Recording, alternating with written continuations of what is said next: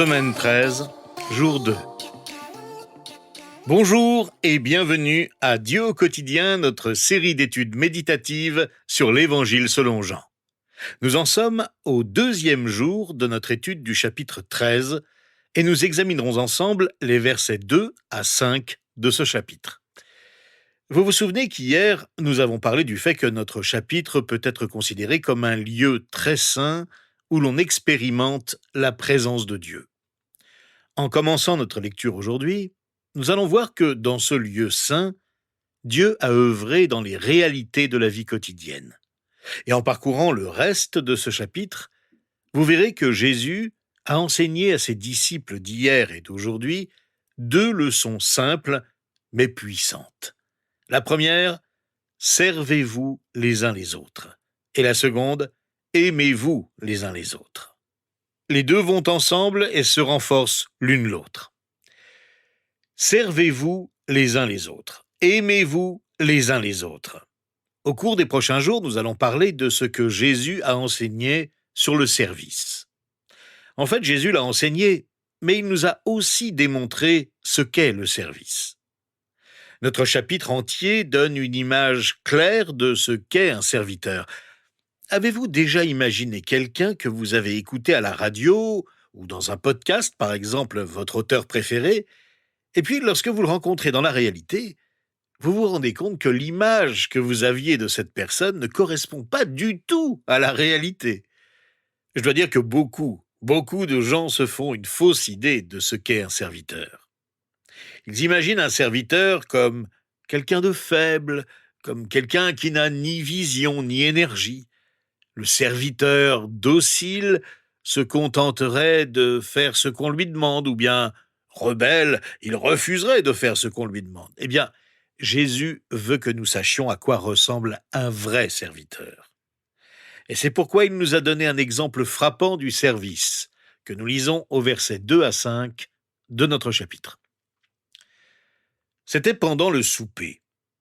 Le diable avait déjà mis dans le cœur de Judas l'Iscariote, fils de Simon, l'intention de le trahir.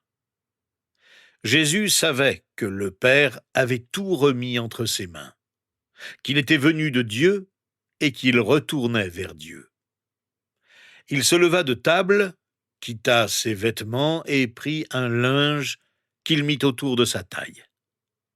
Ensuite, il versa de l'eau dans un bassin et il commença à laver les pieds des disciples et à les essuyer avec le linge qu'il avait autour de la taille. Voilà à quoi ressemble un serviteur. À quoi ressemble un serviteur ? Jésus nous le montre. En fait, ces prochains jours, nous allons aborder certaines choses que Jésus nous a apprises sur cette image du serviteur. À commencer par ça. À quoi ressemble un serviteur ? Premièrement, les serviteurs savent qui ils sont. Ils n'ont pas de problème d'identité. L'avez-vous remarqué ? Jésus savait que le Père avait tout remis sous son pouvoir. Il savait qu'il était venu de Dieu et qu'il retournait à Dieu.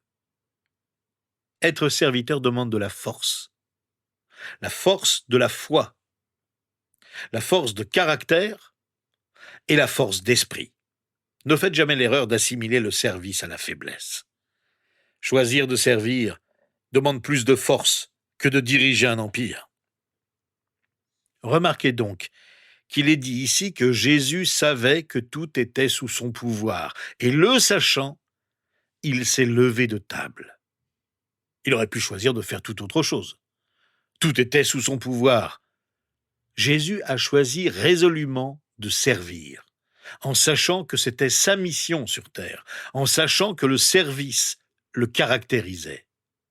Lui, le roi des rois, était un serviteur. Le serviteur. Il venait de Dieu et il retournerait à Dieu. C'est ce qui a permis à Jésus de servir les autres. Dans ce moment de grande pression et de stress personnel, alors que sa mort sur la croix approchait, Jésus a pu servir parce qu'il savait qui il était. En fait, si vous traversez une crise d'identité et ne savez pas vraiment qui vous êtes, vous ne serez jamais un très bon serviteur. Vous êtes tellement occupé à vous trouver ou à faire vos preuves que vous n'avez plus assez d'énergie pour vous donner aux autres? J'ai personnellement constaté que Satan s'efforce de me rendre incertain sur moi-même, sur qui je suis vraiment.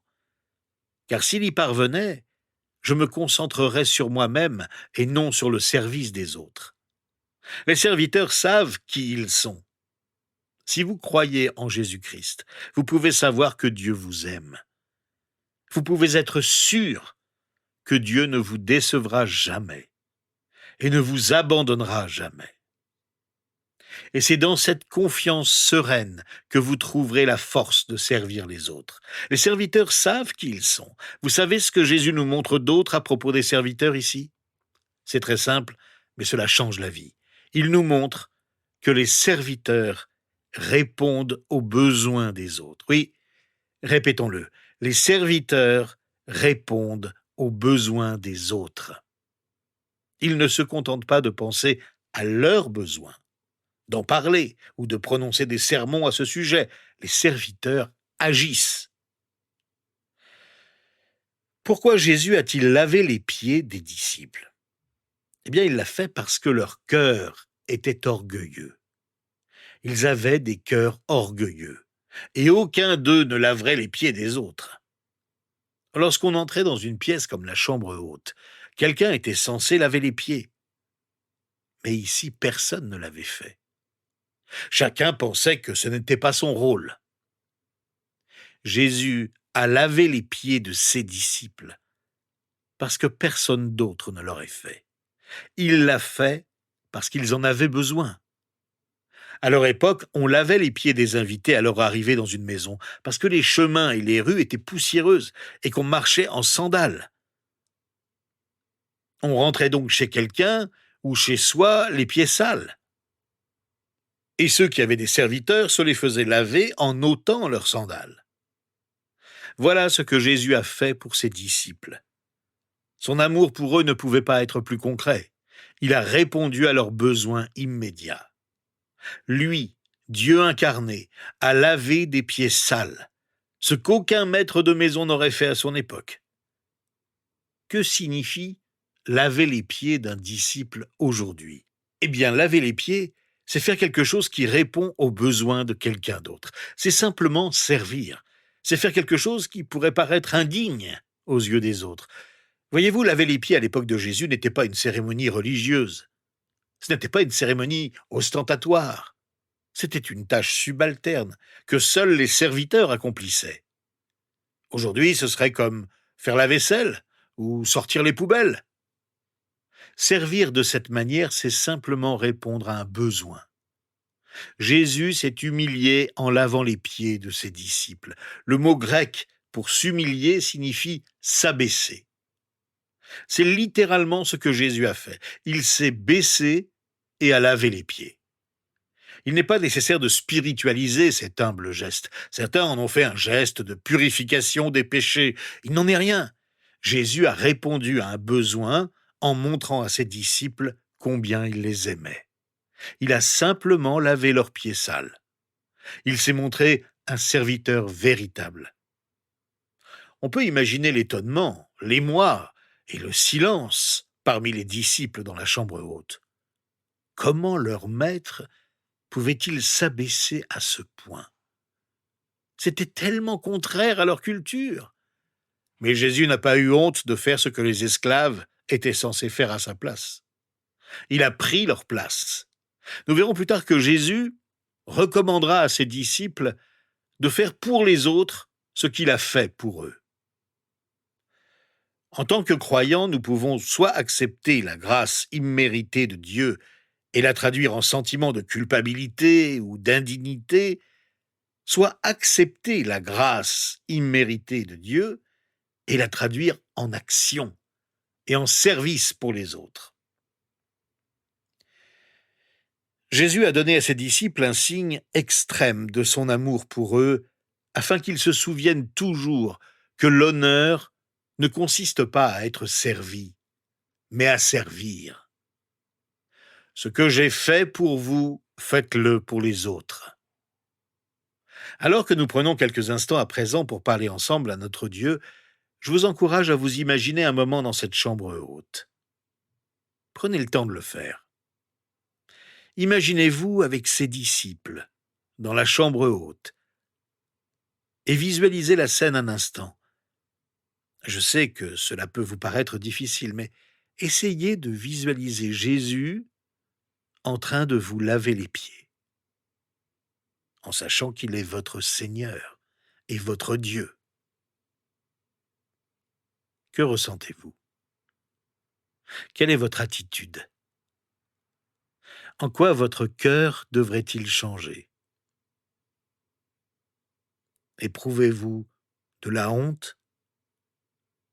Vous sentez-vous indigne? Renouez donc avec sa grâce et sa bienveillance à votre égard. Jésus est notre Seigneur parce qu'il a été notre serviteur. Le lavage des pieds des disciples était un signe précurseur du don de sa vie sur la croix. Voilà jusqu'où son amour extrême pour nous s'est manifesté. Comment rester insensible à son geste d'amour incompréhensible? Comment ne pas se sentir interpellé?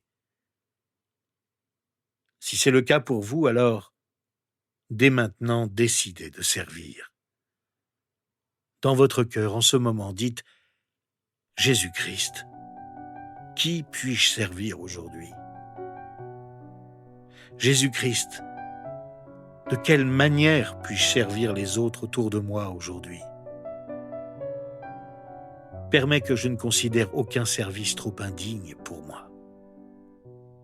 Nous voulons nous abaisser et servir, car servir les autres, c'est te servir. Rends-nous donc attentifs aux besoins des autres. Nous te prions de nous donner la force de te servir aujourd'hui. Nous ne voulons pas servir les autres par nos propres forces ou pour nous montrer. Nous voulons au contraire suivre ton exemple et servir dans l'humilité. Nous voulons te servir tout simplement. Aide-nous donc à suivre ton exemple, Seigneur. C'est en ton nom que nous te le demandons. Eh bien, rejoignez-nous demain. Nous reprendrons notre étude au verset 6 du chapitre 13 de l'Évangile selon Jean et poursuivrons avec l'image que Jésus donne de ce que signifie être un serviteur.